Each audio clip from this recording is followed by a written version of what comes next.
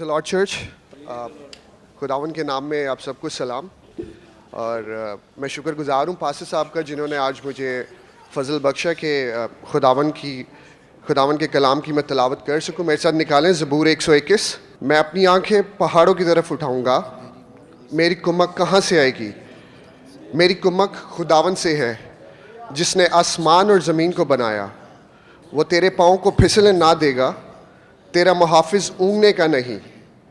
देख, इसराइल का मुहाफ़िज़ ना ऊँघेगा ना सोएगा। खुदावन तेरा मुहाफ़िज़ है, खुदावन तेरे दाहिने हाथ पे तेरा साहिबान है। ना आफ़ताब दिन को तुझे ज़रर पहुँचाएगा, ना महताब रात को। खुदावन हर बला से तुझे महफूज रखेगा, वो तेरी जान को महफूज रखेगा। खुदावन तेरी आमद-ओ-रफ़्त में अब से लेके हमेशा तक तेरी हिफाजत करेगा। खुदावन के कलाम के पढ़े जाने सुने जाने पर बड़ी बरकत हो। आमीन। आमीन। हालेलुया। आमीन।